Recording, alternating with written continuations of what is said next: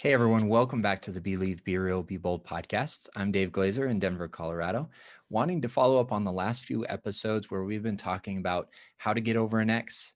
And today we want to talk about when to send that text to an ex, but we're also going to expand on it. And when you're just first meeting somebody, we can put these two conversations into one podcast episode for today. So I can't wait to get into whether that be a check-in text after the relationship ended, or a happy birthday, or a happy holidays text, because now we're in that season where we may be spending a lot more time with family, and we're missing somebody that was a part of our lives for whether it be a short period of time or a longer period of time. And we may feel the pull and the energy to reach out to them and wish them a happy birthday or a happy holidays text. So I can't wait to dive into when to send the text to an ex. All right, let's just say that like you've broken up recently with somebody and you're receiving a good morning text, miss you texts multiple times in the couple of weeks afterwards. You may end up start saying to yourself, oh, why are they reaching out over text instead of phone call? If they really truly wanted to repair the relationship, wouldn't they just call me? And you may also be saying to yourself, oh, here we go again. There they are again, reaching out, checking in with me, but not really giving me any substance. And that's why we want to have the conversation today is the person on the receiving end of the text is going to have one story in their mind, while the person who's sending the text will have a quite possibly a completely different story in their mind. And it all comes down to intentions. Why are you sending that check-in text after a breakup? If you're sending a good morning text 2 or 3, 4 times in the next couple weeks after a breakup, you're really not respecting the space that needs to be created after a breakup. You broke up for a reason, and you are most undoubtedly going to be spending time processing why the relationship ended, what you loved about it, what you didn't like about it. And it's going to create a lot of cognitive dissonance and overthinking in your brain. That's very natural. What's going to compound all that is if you reach out and send those repeated good morning texts, hey, how are you, thinking of you texts. And this is oftentimes a very anxiously attached tendency, is to send the I miss you text, send the good morning text. And if you were paired with somebody who is avoidant, guess what? That's most likely going to push them away. By respecting the space that was created because of the breakup, you're now giving your partner, whether they ended it or not, the opportunity to reflect on their behavior, your behavior, and ultimately why the relationship ended.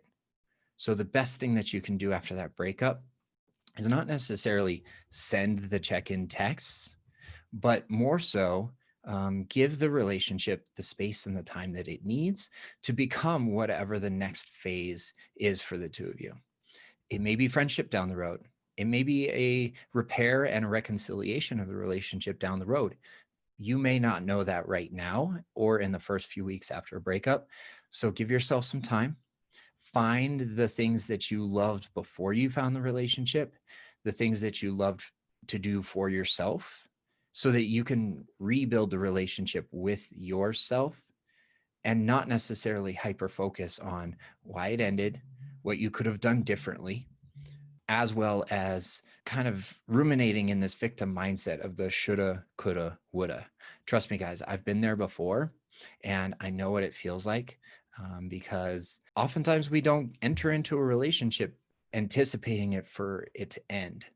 But some of the best relationships in my life have actually come to an end.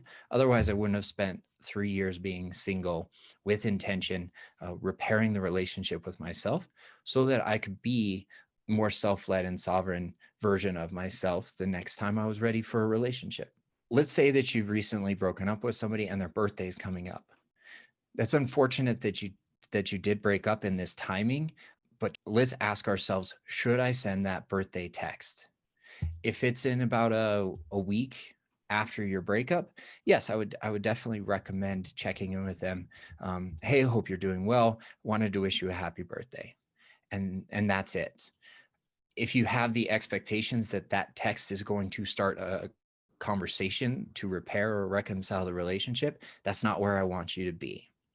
I want you to be in a place of giving, because this person meant something to you, whether it was 3 months or 3 years. Obviously, this person meant something to you, and you don't want to intentionally hurt somebody just because you're hurting because of the breakup. And now that we're approaching the holiday season, I want to offer up a little bit of perspective on how to approach sending the holiday text to an ex. Thanksgiving has come and gone, and I'm checking in with you guys to ask, hey, did you happen to send a happy Thanksgiving text to somebody you dated earlier in this year or somebody you dated last year? The time in between when you broke up and the time when the next holiday rolls around is a little less impactful as, say, like the birthday text. That birthday text is their day, it's their special time. They might have been planning this for 2 to 3 weeks ahead of time. Same thing with Thanksgiving.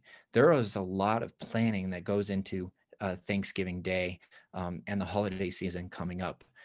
So wishing somebody happy holidays can be a great thing, but it also can be setting you back personally and not allowing you to let go of that person that it obviously wasn't meant to be for the long term, or at least during that timing. So, did you happen to send out a happy Thanksgiving text? Did you happen to receive a happy Thanksgiving text from somebody that you dated recently or within the last year or so?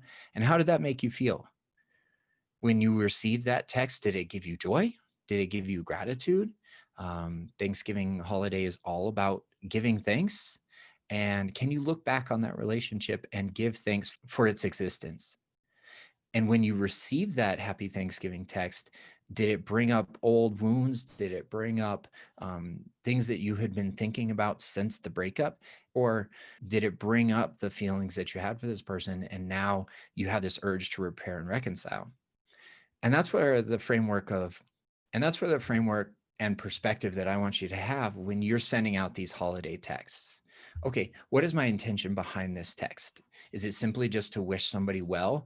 Maybe just share a statement of well wishes of like, hey, I hope you're healthy right now. I hope you and your family get to spend a great holiday together. If you're wanting to send out this text, I would recommend making it politely indifferent of, say, like you would be sending it to your best girlfriend or your best guy friend. Hey man, thinking of you on this holiday. If you have that same energy behind the holiday text, it's going to come across as genuine if that's how you're feeling it.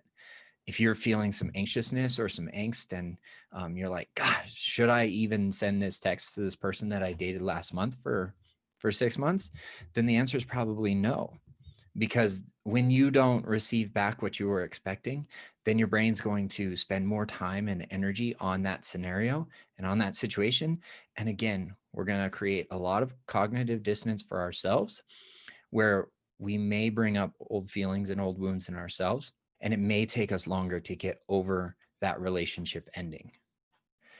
So now that we've talked about when to send a text to an ex through a check-in text right after, or through the happy birthday or the happy holidays text that's coming up now that we're in that season, let's talk about sending a text to somebody that we just met and some trends that are happening in the modern dating world. Because of COVID and our current situation, we're most likely meeting people, if we're interested in a relationship or a casual situationship right now, we're most likely meeting people through social media or through a dating app. So let's just say that you matched with somebody on an app and you've been chatting for a couple days there. Then you exchange numbers because you get a little bit of an energy from them. You get a vibe from them and you want to take it to the next step, which is maybe texting back and forth or a phone call. And then you start to get the good morning texts 2 or 3 days in a row, like right away. And they come first thing in the morning. What does that bring up in you? And what does it bring up in you if you're going to send that text? Those are a couple of questions that I want you to ask yourself. There are a couple of times in my dating experience where I was the person sending the good morning text regularly, and also I was receiving the texts, the first thing in the morning, good morning texts, repeatedly without any further action out of that. So if I were the person sending the good morning texts without an invitation to meet up anytime soon, I have found that that person backs away and pulls away because there's just no intention behind it. It's like, it's a daily check-in. It's a nice guy thing to do, but it's also not taking the leadership role. if I'm in integrity with myself and I send that good morning text, it's with intention. It's the intention may be to start the conversation, to ask to set up plans later in the week. You guys have heard me say this before. I may have also had some very specific boundaries around what time of day I would send that good morning text. And a few years ago, when I was receiving those regular good morning texts from somebody that I just met, I started hearing myself saying, well, why don't they just ask me out already if they're going to text me every day? I may have also said to myself, oh, here we go again with the breadcrumbs. They're going to reach out every day for like 3 or 4 days, Monday through Thursday, and then not take any action for the upcoming weekend. We met on a dating app. So the bare minimum assumption could be like, they're interested in connecting on one level. Who knows? Who knows what that level may be? And then finally, I started telling myself of like, oh, there they are again. It's all talk and no action. So as I approached a better, as I approached a healthier mindset to dating in the modern era, I started to only text when I had an intention for that text. And again, like my personal training career keeps me busy from like 6 a.m. to 9 a.m. And then I have a quick break. So that's generally if I send a text first thing in the morning, that's my first opportunity to do so. And what I've learned over the last couple of years, there's a difference between intentionally building up your perceived value in somebody else and actually having value in your life. So we could play the game all day long and say like, oh, I'm not going to text somebody until I have time during the day. Or we could have this different mentality of like, oh, well, shoot, I've been running around, go, go, go all morning. I haven't had an opportunity to text this person yet. Now that I have 5 minutes, I'm going to reach out, say, hey, how was your weekend? If I get a response back later that day, great, awesome. That's good to hear. Let me know if you're free this weekend. We'll go grab coffee or tea or something like that. All right, so that's a quick little synopsis of how and why you may want to send that good morning text to somebody that you've just met. Now let's talk about the birthday text if you've just met them. Let's say it's come up in conversation that they have a birthday in the near future, maybe in the next week or two. I would only recommend sending the birthday text. Let's say you've been out once or twice. Absolutely send that happy birthday text. No intentions behind it. I don't want you to think that like when you send this text, you're going to get the invite to the birthday because shoot, you've only been out a couple of times. So don't get into that headspace of like give to get. I'm going to give this birthday text to get an invite to the birthday. You have absolutely no idea how long they've been planning this night out or this event with their family and friends. And you want to give the new relationship some space and some time for the two of you to be drawn towards each other, as opposed to the chaser chasee kind of a relationship, or the push and the pull of the anxious avoidant trap. Again, when it comes to the birthday text, we want to talk about how long have we known this person. If we're simply just chit-chatting on the app and we haven't exchanged numbers for texting back and forth yet, I wouldn't necessarily recommend sending the happy birthday message through the app. That just seems a little bit forward and almost a little bit kind of invasive into their life at this time. However, if you've decided that connecting on social media ahead of the time that you exchange numbers, or just simply to vet your potential partner or potential first date a little bit better, and you see something posted, go ahead, interact. You've already been invited into that space in their life, but definitely do it with just one like or one message only. And expecting something in return is going to set yourselves up for failure. If you lean more so towards the anxious attached style, you might be thinking that that's a little bit less than normal behavior, and that's totally okay. Being self-aware of your tendencies through your attachment style lens is a great place to consider this conversation and also consider what feelings it brings up in you. Oh my gosh, why wouldn't I send a happy birthday message to somebody I just met on an app for their birthday? Well, you definitely want to keep the mystery alive in the first couple of weeks, first couple of months of dating. And giving too much too soon is the repeated pattern that you might have seen in your relationship history to this date. So be aware of that as it comes to wishing your new potential first date or partner a happy birthday, and find some hobby, find some passion that you love to do on that day when their birthday comes up. It's going to be a great way to help you self-soothe through the emotions and feelings that are going to come up for you as an anxious attached. Do we want to wish the person that we just met happy holidays through the app? Maybe not necessarily. What happens around the holidays, from what I've seen of being single for 3 years and dabbling in online dating and being present on social media, is that there are some trends that are very consistent around the holidays. We see lower responses on the apps because people are busier with family, friends, and maybe they have vacations coming up. So if we send a happy holidays text message or a message through the app to somebody that we just first met, again, it could be a little bit invasive in their world. Why that is because we're finding an increased level of stress around the holidays because of travel, because they're seeing family members they haven't seen in a while. This year, especially, we're seeing that elevated level of stress across the board. So then when you add in all that holiday stress on top of 2020 pandemic and COVID stress, you're going to want to give that new relationship, that new budding conversation on the app a whole lot more space. And trust me, guys, that's definitely coming from me because I lean a little bit closer to the avoidant side of attachment style. I've definitely also come across a lot of secure people on the apps too, who are just going to say to themselves, oh, that's a nice text message from a person I don't know that I've only just recently met on an app or through social media. And they're going to go on with their day. It's almost as if they just don't notice you standing out against all the other happy holidays messages that they're getting. If you want to take it to a level that's going to inspire more connection, then ask after their holidays, hey, hope you had a great holidays.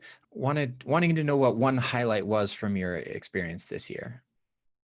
You can ask a question like that maybe right after the holidays. Again, we're going to talk about the conversation of building up perceived value in somebody's eyes versus actually having value in your own life. You could play the game all day long, and that's not what I'm encouraging you to do, because if you play the game, you're going to get played back. If you play the game and like, oh, I'm not going to message them on the holidays, tune into what your intuition is telling you about the situation. And what do you have going on in your own life that you want to focus on and prioritize right now that the holidays are upon us, and you have your own family, friends, and coworkers to spend time with and to give energy to? That type of a mindset will actually build more value in everybody that you're in relationship with. Family, friends, coworkers, and the new people that you just meet on an app or social media are going to feel that energy from you. Now, what do we do if we've received the good morning text from somebody that we're only so mildly ho-hum interested in? We might have exchanged numbers a little bit too early in the conversation, kind of working off of impulse as opposed to making a sound decision for our relationship future. What do we do if we've received that good morning text 4 or 5 days in a row and we want it to stop because we're only a little bit interested? And now that we've seen the kind of the repetitive nature with no leadership, no taking it to the next step on their end of like, I'm asking myself, why are you reaching out 4 or 5 days in a row and not asking me out? So what do we do if this is the case? We can use nonviolent communication and approach the other person and not call them out, but call them forward. And it could go something like, hey, I've noticed that you've sent me a text first thing in the morning for the last few days. And while I appreciate it, it makes me feel like you're not interested in meeting up in person when you don't also ask me what I have planned for this weekend and maybe ask me out for coffee. How does that make you feel? Or you could even say something as simple as, how does that sit with you? And then it's either going to inspire them to take action and ask you out for this coming weekend, or they're going to excuse themselves from the situation. Because we don't want to have somebody breadcrumbing us every single morning of just dripping in the good morning, beautiful text, good morning, handsome text, and not asking us out because they're taking up space for the next person who is meant for us to step in. So that's just a little bit of the conversation that I want you guys to think about moving forward into the holidays, please share this episode with one person that you think will get a huge value out of it.